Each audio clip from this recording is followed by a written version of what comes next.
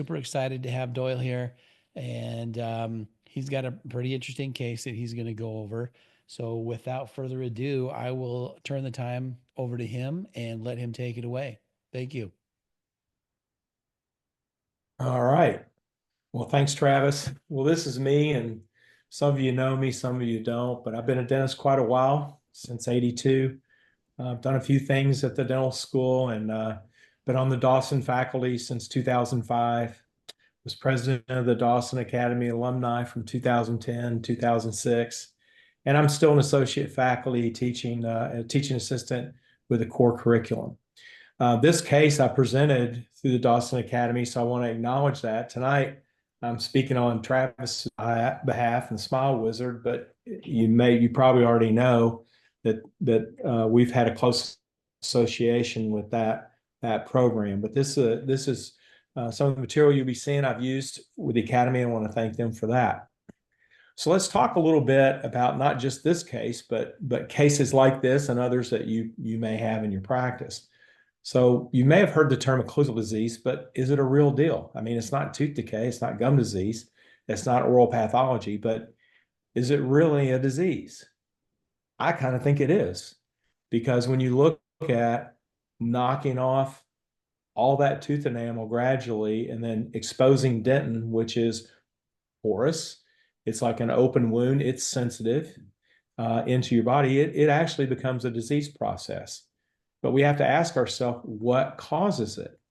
Well, sometimes it's erosion. Sometimes it's GERD. Sometimes I was turned on to the idea from Jay Levy a few years back that some people mull fruit. Now, I've never mulled fruit, but there are acidic causes. There are like I said, GERD. There are some people with eating disorders will strip all the enamel off their teeth, but they have to be restored. But would you feel comfortable with this guy putting veneers on him? And you know what? He's the kind of guy that walks in and asks us to put veneers on him because he's maybe kids have grown, moved away. He's been successful and says, I want to look better. My teeth aren't going to make it. Or maybe he's ended a relationship a few years and now he's wanting a new relationship. And he's like, when I smile, people turn and run from me. But would you feel comfortable doing this case? How about this guy? He's not very old. Likely sleep apnea. When you look at the size of his body and you examine this case, it turns out he was sleep apnea. So how are we going to restore him? And what do we do with these? How do we put these restorations back? Well, is there evidence here that suggests that their occlusion is not working? And you say, well, I see a lot of people like that and they're not too worried about it. And it's like, of course, this happens gradually, but I'm going to ask you, is it something that concerns you? Some people aren't. Some people say, okay, I'm not, but a lot of people do, and they are concerned with it. And when you see this much migration and they say, I didn't used to be crowded, and they say, well, I didn't wear my retainers, but it's not just not wearing your retainers, it's because of the excessive force. What about this guy? We're going to restore him. We use the wizard indentures, believe it or not. And look what happened. His bite wasn't fixed, and look what his lower teeth have done, not only to the denture, but to themselves, because they've super erupted and they're out of position.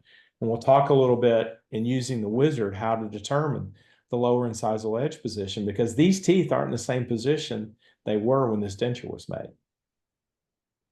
So let me ask you this. Do you have a greater responsibility than just choosing the best material and a sound protocol?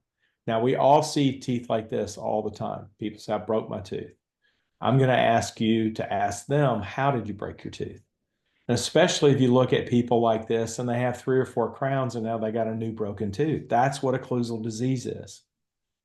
Is it normal to just keep breaking teeth all the time? I mean, I'm not going to tell you exactly how old I am. I already told you when I graduated. I've never broken a tooth. And I have some dental restorations up front. The lady on the left, she broke her veneer. And this was really interesting because her daughter was a dentist and she was a physician. They came to me because her daughter knew mom's got a bite problem, and she'd heard me speak, and she said, "Can I send my mom?" Well, her mom says, "Well, I just want this crown to be fixed." But you know what? I had to fix, I had to do a complete analysis because her occlusion wasn't working. Look at the rest of her mouth. And, she wasn't mad at her daughter, but her daughter didn't learn what I didn't learn in dental school, which none of us likely learned in dental school, which is what to do with occlusal disease and what to do when things like this happen. So I did put the tooth back on, but that wasn't where I stopped, and I took full records. So whether we like it or not, we have two different populations in our practice. And one group, the size, contour, and position of the teeth are working for the patient. And they're pleased with their appearance, everything's fine, joint's not an issue. But then there's other people where the size, contour, position of the teeth are not working. The people on the left are general patients, meaning that they need a lot of single tooth dentistry. And we can do single tooth dentistry with them, and we can work in maximum intercuspation. The ones on the left, things aren't working. The bite's not working, teeth are breaking, dentin's being exposed. Restorations we just put on, people are saying, "Can you use a stronger material?" Well, let's use zirconia. Okay, have you seen zirconia break? I have. Have you seen zirconia come debonded? I have. Have you seen teeth break off at the gum line with a zirconia crown? I have. So was it the restorative material or was it the occlusal disease? So with regards to these patients, our first responsibility is to recognize the masticatory system is not functioning properly. Our second responsibility is to learn how to determine where the teeth need to be in space for the best aesthetics, phonetics, and function. And then our third responsibility is to do what is appropriate for each patient based on their needs and any other life obstacles they have. So let me introduce you to Steve. He's a really cool dude. And I've known Steve for years. I coached his son in Little League. He was a really good athlete. He was not a patient of mine, but he was an investment banker in Lexington.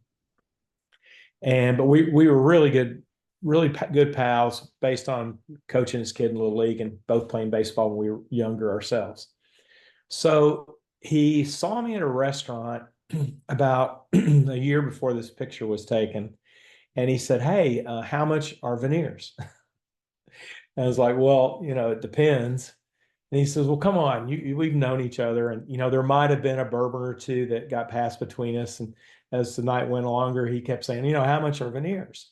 I said, "Well, it depends on what you need, but between $1,400 and $1,600. And this has been about 10 years ago, about $1,400, $1,500. He passed out. He said, "You got to be kidding me." And I said, "No."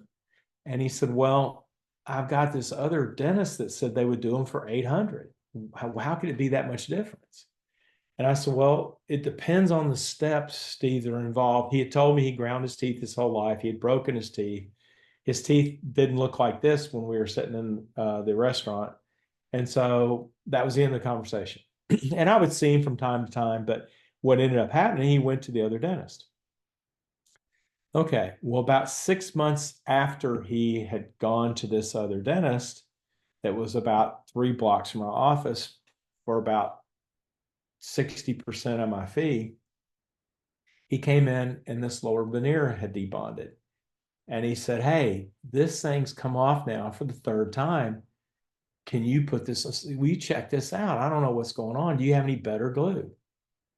And I said, "Well, what do you mean? Do I have any better glue? We all buy from the same glue company." And he goes, "Well, what's going on here?" So I took a look at it, and this is the way it looked. Now, what are you going to notice first off? Well, first off, there's some of her glue that she left. So it really wasn't a glue application problem. She had not cleaned up the glue, number one. And I probably shouldn't point that out because it's piling on, but that really ticked me off. And then none of the back teeth here are touching. And this is in MI. I just said bite down, centric occlusion. So you say, well, maybe we could reglue it. Well, I knew better. It's come off 3 times. Now, what's that tell me? There's an occlusal issue. So I said, Steve, I'm going to put this back on. As far as the veneer going on the tooth, as far as the veneer fitting the tooth, as far as the caliber of restorative material, it was an Emax veneer. That's good. As far as, the margins, as far as the shade, but I don't expect this to last. And he said, why? I said, you've got a really bad bite issue going on here. Had some more discussions, and he said, okay, I appreciate that. Now, again, this guy, he was very high up in a large bank in Lexington, Kentucky. That's where I practice. And he was the director of investment banking, and he had the resources. It wasn't that he couldn't afford $1,400 a tooth. He didn't want to spend it. That's why maybe he had the money he had. Well, lo and behold, about 2 weeks later, Steve comes back. This time he's knocked off, that's number 7, and it was a post and core. And not only did he knock it off, he broke some of the tooth with it. And so now he's really getting concerned. He's like, what's going on? I said, Steve, that tooth's got to be replaced. And you see this part of the tissue there. I showed it on the camera. I said, you've actually broken off part of the tooth, torn into the gingival. I can re-cement it now just temporarily, but you may lose the tooth. And he shot through the chair. What do you mean lose the tooth? And I said, well, it depends. You've got a root canal. It's a small tooth. It's broken possibly to the bone. You may lose the tooth. We're going to have to do it. And now he's not happy. And now our friendship came into play, and he trusted me based on that. And guess what? He really wasn't feeling so confident about the work he just had. So I'm like, how long has this work's been done? He says, well, it's only been 6 months. And he had, I think I'm right, 14 teeth done. I can come back and count here in just a minute. Well, so at this point, he was now agreeable to come in for records. So in addition to models, we took photographs. And the photographs we took, and this is again, the beauty of the SmileWizard. If you take them on the manual settings and you take them in order, then you create a file and it populates through the whole program. And Travis could tell you how long I've been using the Wizard. I don't know. I've been using it since it came out. But what a joy to be able to take the pictures in sequence and not have to copy and paste and go through the whole program, which you'll see in just a minute. So we take the pictures and it populates. So now, Steve's getting pretty interested because nobody's ever taken these pictures before. And he's starting to look at them pretty close. And the Wizard gives him a vehicle too.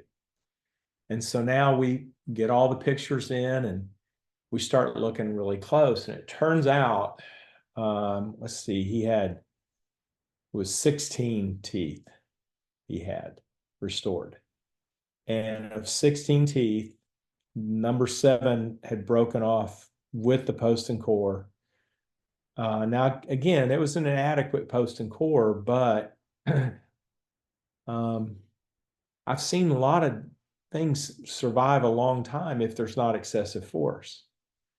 He'd had the lower veneer debonded 3 times, but he had 5 other porcelain restorations when we looked really close that were chipped or stained or fractured in some way.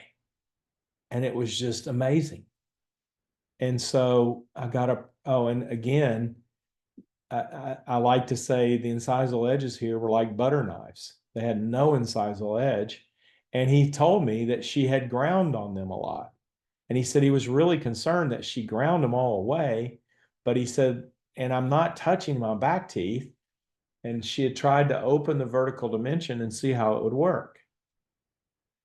Well, and so she had ground all this porcelain back, but he had 7 teeth or 5 teeth that had chipped.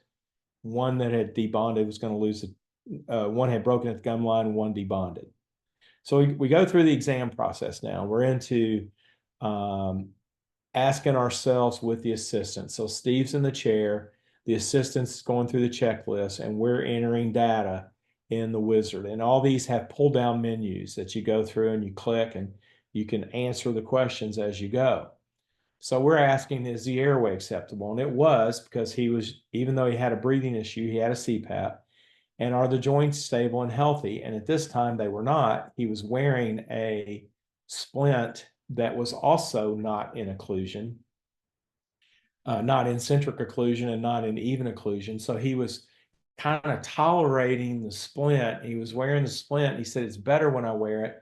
But he said, I'm afraid not to wear it if with these restorations. So that's why I said doing more evaluations. So you see in the note, these are my notes. And so this now goes through the 5 requirements of stable occlusion. This is what we call the 2D checks, and this is where we're using the photography. I love this because you can't skip a step, and I don't anymore. Again, because I've learned the hard way. Ask me how I know. I've skipped steps in the past, and I'll get to that in a minute. You can't skip steps. And so it's a discipline. And number 2, what I really like about this shows a goal and it explains it to the patient. Okay. And so now I've got mounted models. I've gone through this process with him. I've got the photographs. But we're talking very seriously about what the requirements are. Are there stable stops? The answer is no. So what are we going to do? We're going to restore. And so he's got a posterior open bite due to incomplete treatment, no anterior stops. The envelope function is restricted by restorative changes. The anterior teeth do not provide proper guidance, and 12 and 28 are the interference. And what that means is when I took him and got him comfortable, I took his splint, made it even, let him wear it till the muscles relaxed. Then I was able to verify centric relation. Then I was able to get a bite with his joint in centric relation, because this again, if we're going to restore this case and we're going to even these forces, we have to get the condyle seated, because the TMJ is a load bearing joint. Now, some of you probably, that's a new concept to you. The TMJ is not delicate. You can load it. But when the bite does not coordinate with the joint, it becomes like a 3-legged bar stool. Here's 2 of the legs, and the other leg is the teeth. When I took and load tested and was confident his joint was in CR, in the fossa, and took the record, only 12 and 28 hit, there was an anterior open bite. So he only had 2 teeth hitting. And then he would slide off of that into some type of dental manufactured maximum intercuspation. Wasn't stable, but it's great because I knew I had to get the 5 requirements. The 5 requirements are even contact and anterior guidance. So the front teeth have to touch in CR, because now that 3rd leg of the stool is the entire dentition hitting at once while the joint's in the socket. And that's for another discussion. Whether you know that now or not, whether you've been to name a CE organization, name a lecturer, it doesn't matter. The wizard will help you understand this. The wizard is not a textbook. It's not a substitute, but it is definitely a tremendous guide for your learning. Some of you may never take the courses that I've taken. Some of you have already taken enough and read enough that you know this. But the wizard will help you in following a pathway that will ensure that you meet the 5 requirements for stable occlusion. So the next one is we have to have the envelope and function, the envelope of function in harmony. So, well, in this one, I'm sorry, it says this, I skipped ahead. Sorry about that, Travis. This is for anterior guidance. We have to make sure the posterior teeth include. We have to make sure there's no evidence of the anterior guidance that is too steep. So now when he moves forward, the posterior teeth have to disclude. You'd say, well, Doyle, he doesn't touch in the back because she opened his vertical. Well, 12 and 28 are posterior teeth. So yes, he was. And he was pivoting off of that. And he was hitting his front teeth after 12 and 28, but he was killing the incisal edges because it wasn't working in harmony. So now we're going to go to the next requirements. Make sure the posterior teeth disclude in both anterior and when you go side to side. Again, none of that is happening. None of that's happening. It doesn't happen in working. It doesn't happen in non-working. So I'm going to come back here just for a second to this slide where it talks about the envelope of function. And I probably could have stopped right here with Steve, because besides the wizard helping me, guess who else was sitting beside me after I entered this information in guy's treatment plan done? This was my case presentation tool. And so, number one, he didn't know what all this meant. Number two, he knew that he had a real issue. And number three, he knew that I knew what it meant. And so they don't have to hear it all. They don't have to understand it all. But this is a great presentation tool. I probably could have stopped right here. You're going to say, yeah. So we got a quick question coming in. Okay. From John. Did you attempt to obtain CR contacts with reduction or immediately decided to restore at the open bite? Would you repeat that? Did you attempt to obtain CR contacts with reduction or immediately decided to restore at the open bite? I'll answer that in just a minute. I'll get to that. That's a great question. And Travis, if I don't answer that fully, you remind me. I will answer that. I'm coming to that. When I got to this stuff talking about the anterior teeth, he kept asking me, but why are my front teeth breaking if they're not touching? And I explained to him he was going off of 12 and 28. I could have probably stopped right there. He was ready to say, yeah, I get it. He said, because she had to grind on it. It feels funny. Nothing's working. But you know what Steve would have said? Just fix my front teeth. Why can't you just fix my front teeth? The rest of these showed him why I had to restore his back teeth. Now, why weren't his back teeth restored? The back teeth weren't restored because he only wanted to pay $800 for the veneers. And he had investments he wanted to save money. He knew he was going to do it, but he also had a plan that he was going to sell some stuff and do it over time. So this helped me help him understand that not only was the treatment poorly planned, it can't be done in the stages the way he did it, the way she did it. In fact, and here's how I learned. Now I do want to answer the question that the dentist had. Here's how I learned this the hard way. About 15 years before this case, maybe a little longer, I did something very similar to this case. I did a case almost just like this. I had not taken enough training. I had a flight attendant that looked me up, and I had a nice office. I was doing really well, and she'd had a failed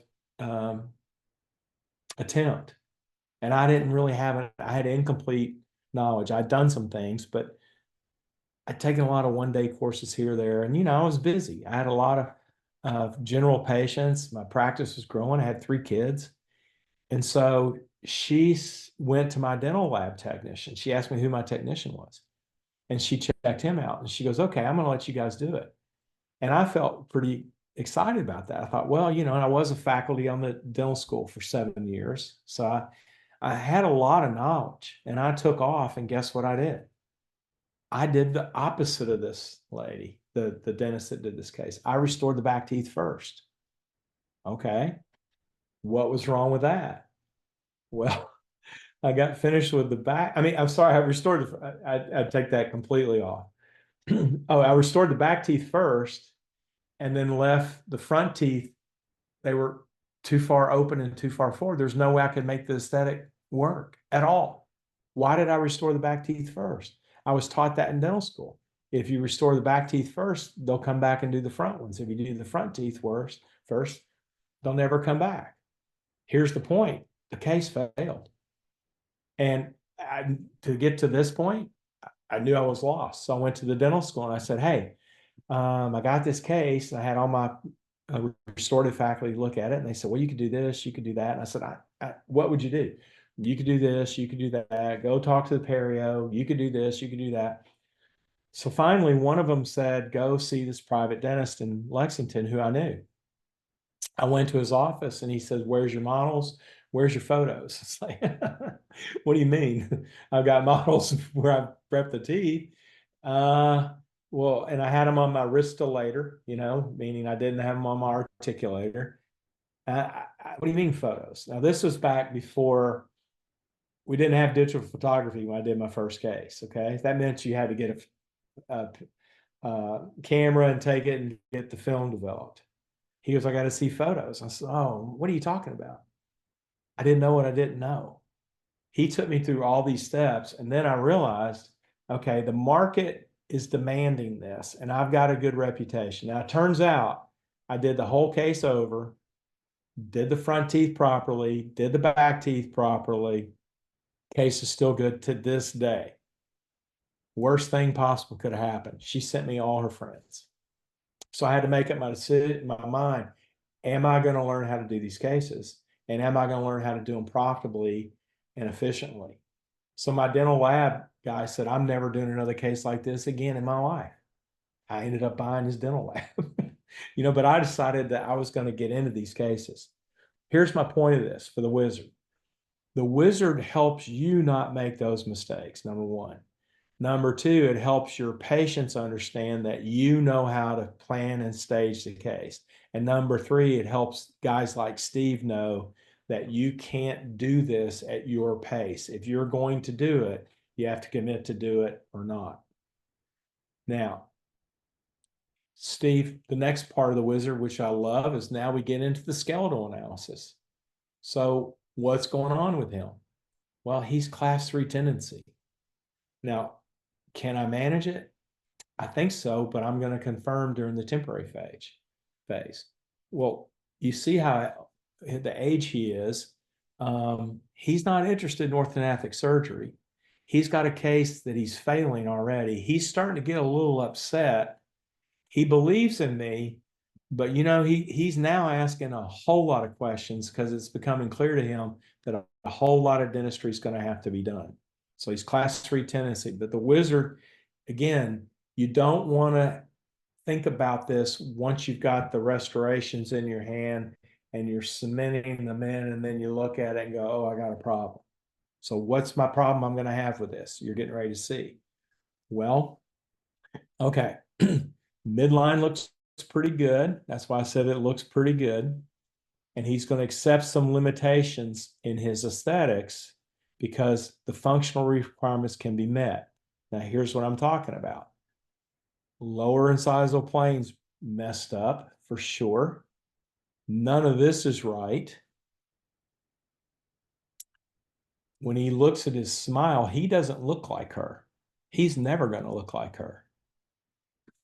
Now, for Steve, he didn't care. But guess what? A lot of patients care, especially high aesthetic driven patients, male or female. They care. So when you take this picture, I couldn't tell him. I had to tell him, you're not going to look like her, but we're using that as a guide. And if a patient says to you, but I want to look like her, then we're back to orthodontic surgery and orthodontics. And some do. So that's the other reason I really liked the wizard. Well, Steve's like, I don't even want to do the dental work over, much less. I just want to, look like a good version of me. It's like, great.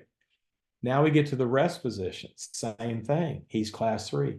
He kind of looks jutted out there. The lip's not very well supported. I said, you're not going to look like this. I said, but you're not going to look like this either. This lets me put this lets me have a good record, number one, and it lets me communicate to my lab. Next step is the E position, and that's where we have patients go E, and we don't just go E, we tell them go E as loud as they can. That's all he's got. I know I can't make these very much longer. This is a pretty high risk case, but guess what? I'm pretty confident because by this point, now you notice the wizard chamber, and the reason is this is my first strictly with Travis presentation, and between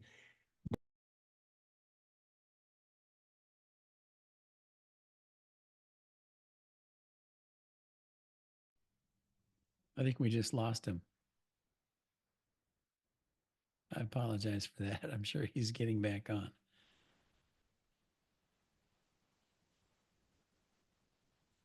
sorry about that. I got kicked off. Oh, I don't Sorry know what about that. I got happened. kicked off. No worries. I Go ahead got and show kicked your off. screen. Yeah, let me get there. Hold on a So second, buddy. while you're getting there, I just wanted to mention that there was two different interfaces of the wizard, and that's because the old interface of the wizard prior to I think 2000 was the one he was currently showing, and the new wizard is sort of the newer look. Things are a little bit more, they flow a little bit better, etc. So I think that's what you were getting to.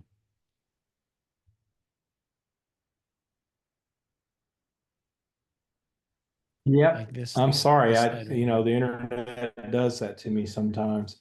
I'm actually in a hotel in St. Petersburg, believe it or not. So I'm not at home like I could be doing. But anyway, nevertheless, were you finished, Travis?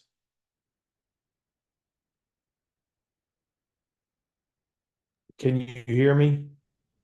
Yep, you're good. Are you able to hear me? Okay, you're finished. All right. So now, this has been around long enough. It's been updated, and so you may not have seen this. May be new to you, but this program is a very efficient way to go through cases, especially if you haven't done a lot of them and you're building your confidence and building your knowledge. So I don't want you to feel like, okay, I haven't taken all these courses. I can't do these cases yet, or I can't buy the wizard. Yes, you can. You have to start somewhere. And again, going back to my story about the flight attendant and my case that failed, don't have a failed case. You don't want that. And the market is asking us to do these cases. Tooth decay and gum disease, we figured that out. Is it still around? Yes. But we have a ton of people that really want to do these cases. So in his case, we look, getting back to him, patient understood the limits of his case. And ideally, he's going to have 1 to 3 millimeters moving from rest position and 9 to 11 millimeters of tooth. It's not going to happen. Also, the display of gingiva's not going to be a problem. And in a lot of cases, when they do that E-smile and their tissue shows, you can get the work done and it looks beautiful until they show their lip really high. And then they go, what about that? And so the wizard doesn't let you miss it. And in this case, it was great because the fact that his lip didn't show, you're going to see why in just a minute, it made the case easier. When he tipped down in his tip down position, there's no way I'm going to make him look like that. But he knows, he doesn't care. But I'm documenting it. Now, I haven't mentioned this yet. This case went to court, not me. I ended up being on Steve's side when we finished, but he could not get resolution with his previous dentist, and he sued her. And so I'm documenting every single step. Guess what the standard of care is now? It's these 2D and 3D checklists. And how do I know? After this case, the opposing counsel asked me if I would be their expert witness the next time. And in the future, Morgan and Morgan in Kentucky has used me every single time since. And you know what they've all said? Where did you get this program? So now let's review. You've got a diagnostic tool for yourself, something that takes you through a process and simplifies the process. You've got a treatment planning tool when you sit down with your patient, and a case acceptance treatment presentation tool. Guess what else? I've got a legal record. I'm following every single step because I'm what I can do, what I can't do, what you can expect, what you can't expect. And there are times when patients go, but I want that. Okay, great. We deal with whether it's a gingival issue, whatever it is. So he decides to accept that. The buccal corridor is not ideal, but he's going to accept that. And he's buying in more to the case the more we talk. This looks kind of terrible, but and you're gonna see how I change that and make some improvements in that greatly. But it really helped him understand, wow, I'm never gonna have this. What are we gonna do? So now we get to the gingival, and the gingival architecture is all over the place. Guess what? Doesn't show. He doesn't care. He's healthy. And of course, I said, well, nope, don't want to do it. Don't want gum surgery. Don't want it. No, no, no. So I got buy-in from him. And again, we're building confidence with the patient. Here's the money shot. And this is the genius of the wizard. If you haven't caught anything else, don't miss this. I had models and I measured the width of the incisor. Okay. That was the width. I take my pictures on a manual focus. So it's not automatic focus. So because it manually have to get to a certain point, the wizard knows the distance. You take a picture, it's hard to tell how tall you are, how short you are, how big the building is. But when you take it with a manual focal point and you plug in a measured width, the wizard now can help you establish the golden proportion. And so these tools here are all movable. Now, I'm not able to move them in my PowerPoint, but in the wizard, we move this. So we start looking at how can we create the golden proportion. Well, in his case, said, we're going to make these a little narrower. Next step, same thing. We've got another tool. We go to the top of the tooth that we're acceptable at the gingival height, and we come down here. Now, I already saw from the E position that 50 to 70 number here, that line, I had almost nothing that I could lengthen that with. Even though those lower teeth are way up there, I still, based on his lip posture, I didn't have a lot of room to make these longer. So what did I decide? Okay, well, I came in here and decided to go a little bit longer. And it's, 0.4 millimeters. Now this length and this width, guess what happens? Fourth real key to the wizard. Your diagnostic tool, your treatment plan acceptance tool, your legal record. Guess who else is going to get this now? This is going to the dental lab. And that I'm only doing this once. I go through this program, do it one time, and I can export it to all these people. So the dental lab's going to get this. And why is that important? I'll get to that in a moment. And I'm going to come back to the question I had and answer that at the same time. So now we're looking at the tip of the papilla and is the papillary position acceptable without black triangles? Yeah, for the most part, that's good. And we're looking at the actual axial inclinations of the teeth. Are they acceptable? Not really.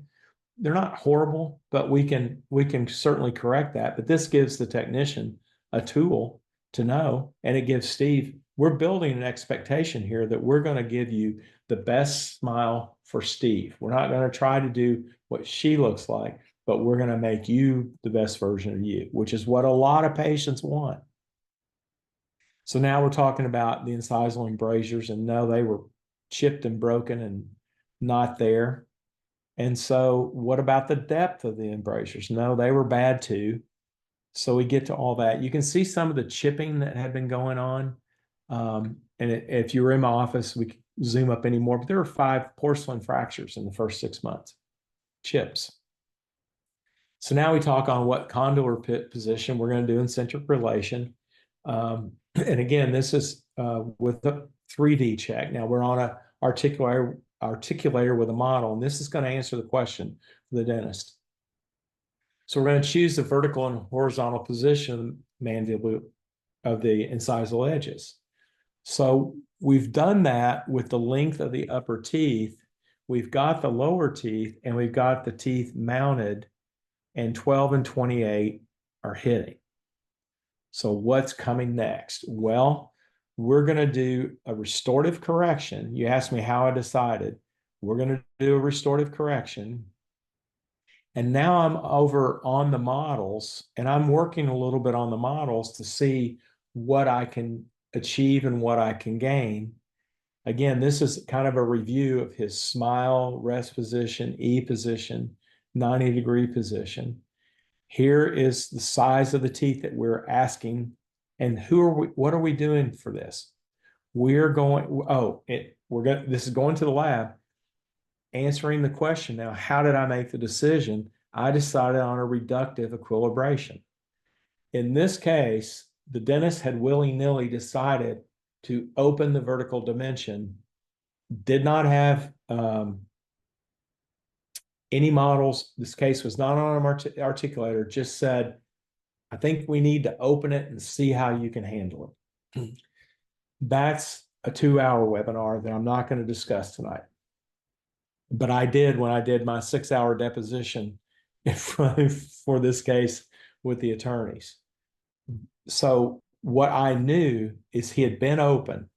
This had now been about a year. What I knew about vertical dimension, he had probably already intruded. You know, muscles are the determinant of vertical dimension, not the teeth. We think the teeth are, but it's vertical dimension is determined by the muscles. So I knew that he had probably intruded teeth, intruded bony segments, and I should do reductive equilibration.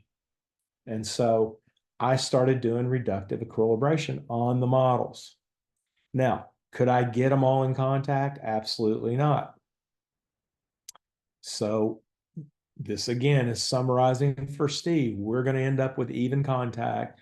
We're going to end up with a harmonized anterior guidance. Now, here's the answer to the question.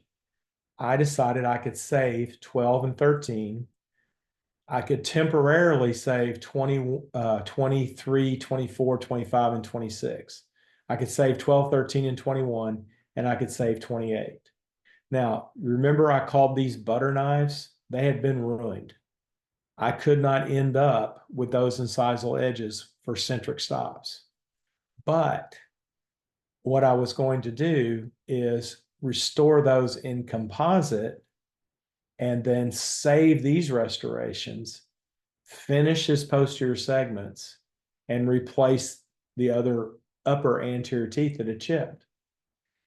Also, the 23, 24, 25, and 26 would have to be recontoured in composite resin.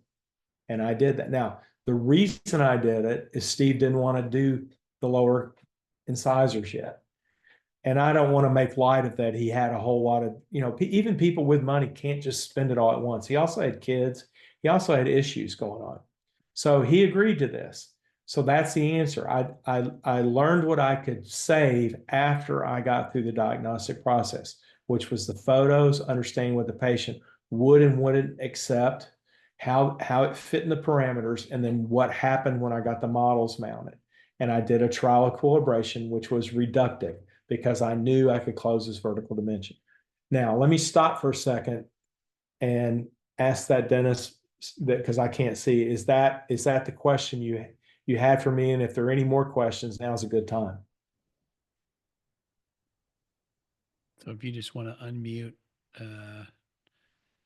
Dr. Brown, or if you just want to type it in if you're not able to, if you want to type. Yeah, go ahead and type it in. Yeah, go ahead and type it in.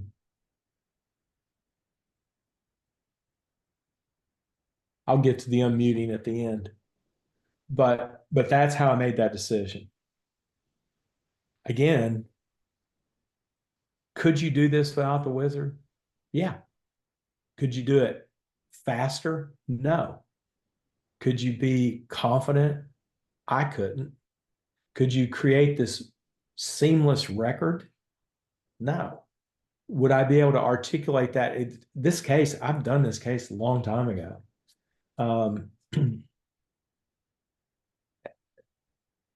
I can talk about it today because I've already done this part now. Could I have gone to court with this case? No. I would have had to do all this stuff again and again and again and again. Did it one time. So in addition, it populates this patient detail report, and it comes all those buttons that I pushed during the exam, all the things my assistant typed in, his chief complaint, broken new restorations, history of bruxism and clenching. Here's his history. It populates this. It asks me the questions. Does it have stable stops? No. Does it have anterior guidance and harmony? No. Posterior teeth excluding protrusion? No. Posterior teeth on the balancing side exclude? No. How about the working side? No. What's his angle occlusal classification? 3. And then breathing, the Mallampati score. What is it? 2. What does he say aesthetically? Well, main priority was function. The breakage was unacceptable. His shade was okay. Hopeless tooth, number 7, had to have it taken out. So again, it goes through all these things in detail. Again, I print this out. I sent it to the technician who was, again, I got, if you want your lab to do better results, you may remember that when I did my first case, my lab said, I'm never doing this again. So he was wanting to retire. I bought his lab. You may not do that. What I learned as a lab owner was frightening. Most lab owners are so afraid to tell the dentist to do something different, and they're so incomplete in the information the dentist send. So if you give your technician more detail, they're working on models on an articulator. They don't care how long they wax them up to. They don't know how thick those teeth are supposed to be. But if you give them an idea, a very precise idea of where the incisal edge position is supposed to be, what the patient looks like, you send them photographs, guess what's going to happen? You're going to get accuracy back in your wax ups. Okay?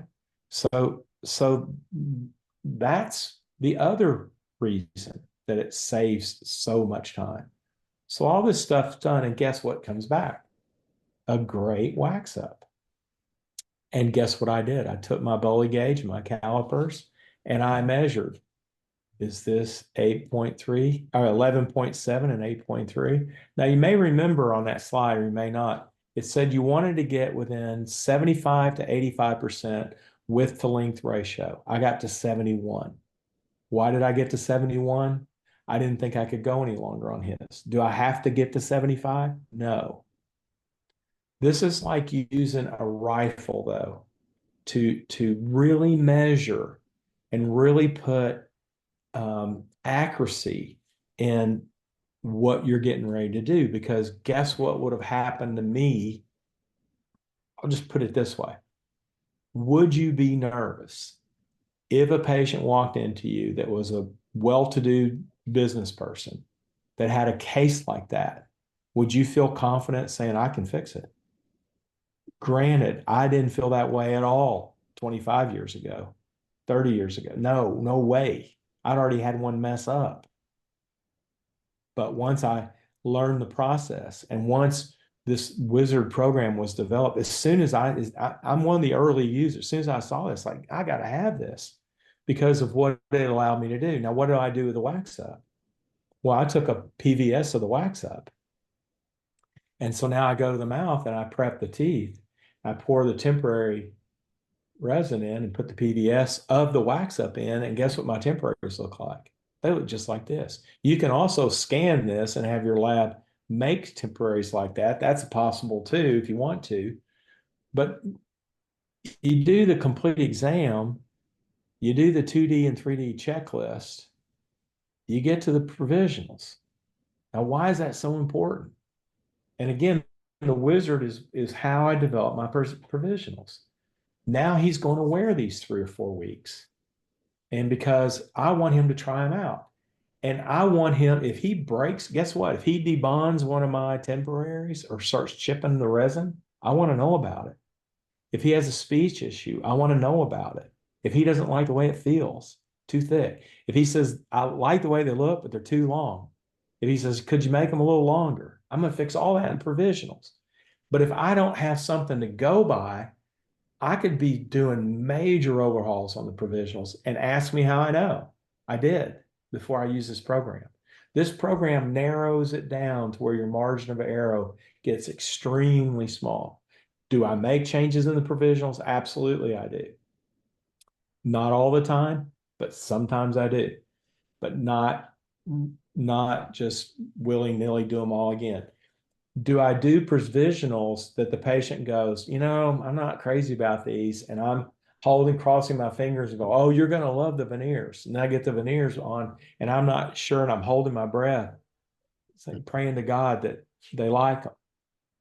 I already know they're going to like them because at the end of this 3 to 4 weeks, they haven't chipped, they haven't broken, they feel comfortable, the joint's stable, no muscle issues. They love the contour, and I ask them if they're exactly like this, and I get the color right, would you be 100% happy?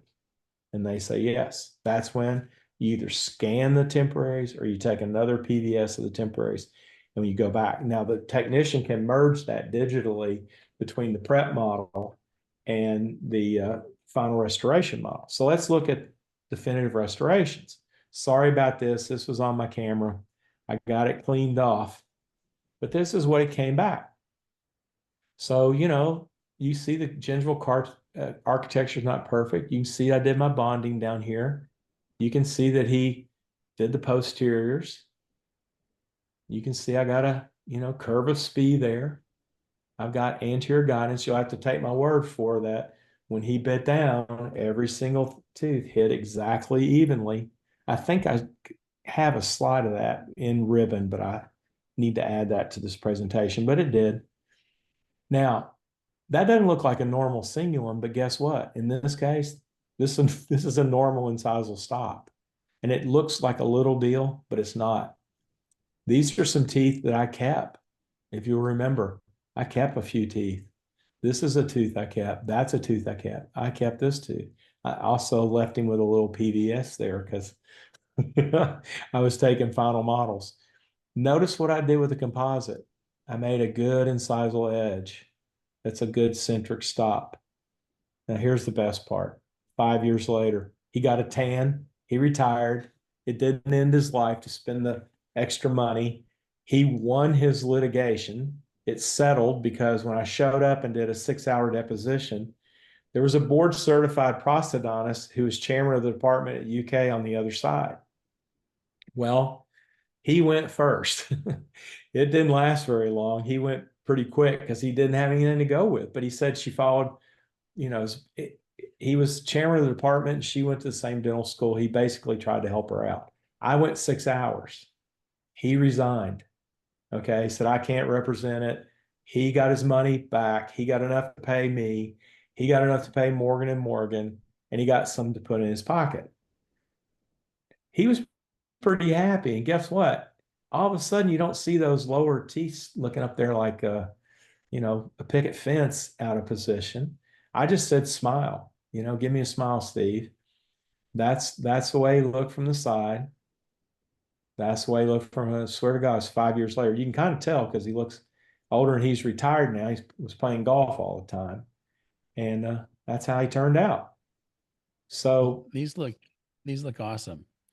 Um, and I just want to do a time check real quick.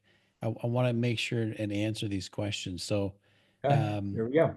the other question was answered, but here's another couple of questions. And this, if there were no previous restorations in the anterior, would you prototype in composite first? And did you change the angle of guidance?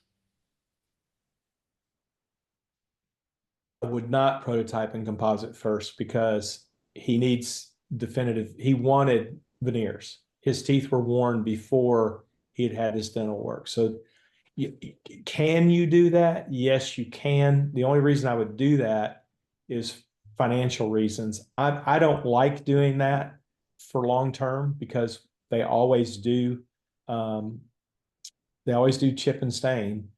Not so much chip because his composites didn't chip, but they stain.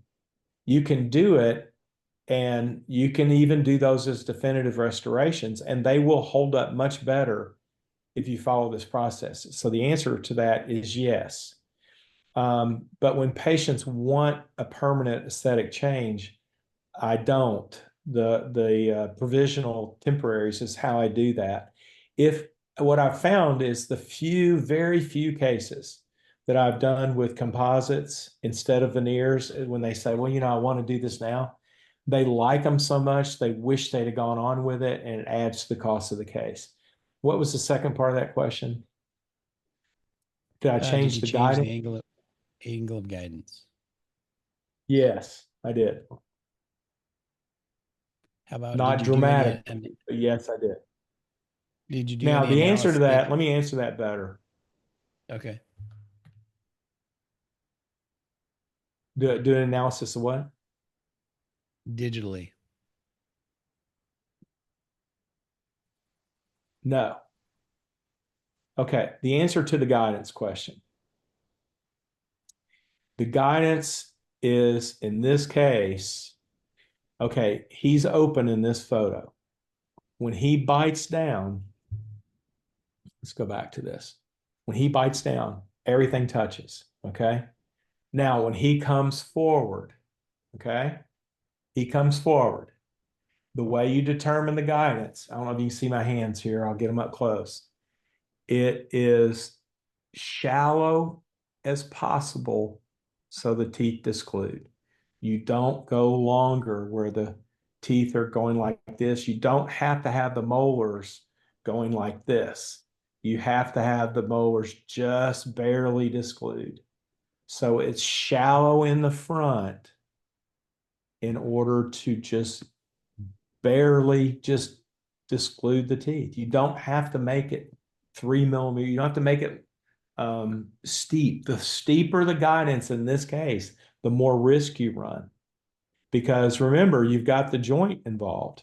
And if you go shallower, you also have condylar guidance. And if the patient is touching in the anterior, goes forward, the posterior teeth immediately disclude, and then condylar guidance takes over, you're in the clear. But if you make this too steep, and now they come down and they disclude like this, well, you run into problems because it doesn't match the anatomy. And that's something that if you err on shallower, you never run into a problem. So you have just enough of guidance in the anterior to disclude the posterior teeth immediately. That's a great question. If you were to do this today, would you? I think you do. You do digital analysis today, don't you? I, Meaning, what do you mean by digital analysis? Like virtual, like You scanning. can do a virtual model as long as you record a virtual centric relation, as long as you can record the joint position. So you can do it digitally. Yes, you can. Um, you're still going to have to record the jaw movements. And so you're still going to have to locate CR. You're still going to have to get that transferred to the lab. These cases cannot be, if you do this case in maximum intercuspation, what's the problem?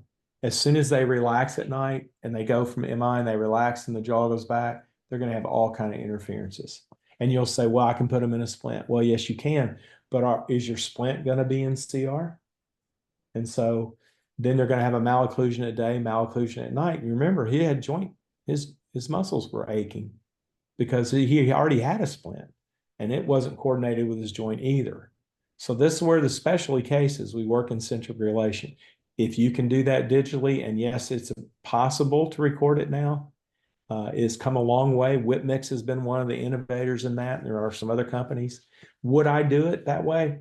I would do it that way if it was cost effective for me to buy that, because it's very cost effective for me to use an articulator and a model, which the technician's going to work on anyway. And yes, the technician can do it digitally, but again, we're not quite at the accuracy. You know, when you talk about how a patient feels, if you put a grain of sand in your mouth right now, I happen to be in Florida, it feels like a big rock. These have to be precise. I use a tech scan now. I definitely use that as far as digital. So when I finished his case, the tech scan went in and I measured that it was not only hitting on the articulating paper, but the forces were level. So yes, in that way I'd use digital, but in the construction of the case, still done on a model. So here's my last question. I think we're about out of time. Are you and Steve still friends? Yeah. What he passed away about a year ago. And we were friends till he died. He got an illness, and this case wound up being about 9 years post-op when he passed away. And I'm still friends with his wife, his son. But yeah, Steve and I became really good friends. We were good friends anyway. Uh, it, um, you know, every time we met at a restaurant, you know, you guys aren't from Kentucky, but he would send a shot of Pappy Van Winkle, which is a very expensive bourbon, and he would go on and on. But yeah, we're still we were friends till the day he died. Excellent. Well, any last words? We're out of time. We'll go ahead and close this up. We appreciate everybody for joining, and we will put this out on the SmileWizard community. If you don't know about the community yet, send me an email and ask me. There's actually a link in SmileWizard that will take you there, but a lot of these postings are going to go there. So, any closing remarks, Doyle? So, thanks, Doyle. We appreciate you. You can tell And your audience, Travis, you can pass along my email. If you guys have questions later, feel free to ask me. If you want to talk more about the wizard with me, I'm working here on Travis' behalf. So I invite you to reach out and say, "Hey, I want to know some more about it, or what else can you tell me?" So he'll pass along my email to you. Don't hesitate to reach out to me. sounds great. Yeah. All right. Thanks once again, and everybody stay warm.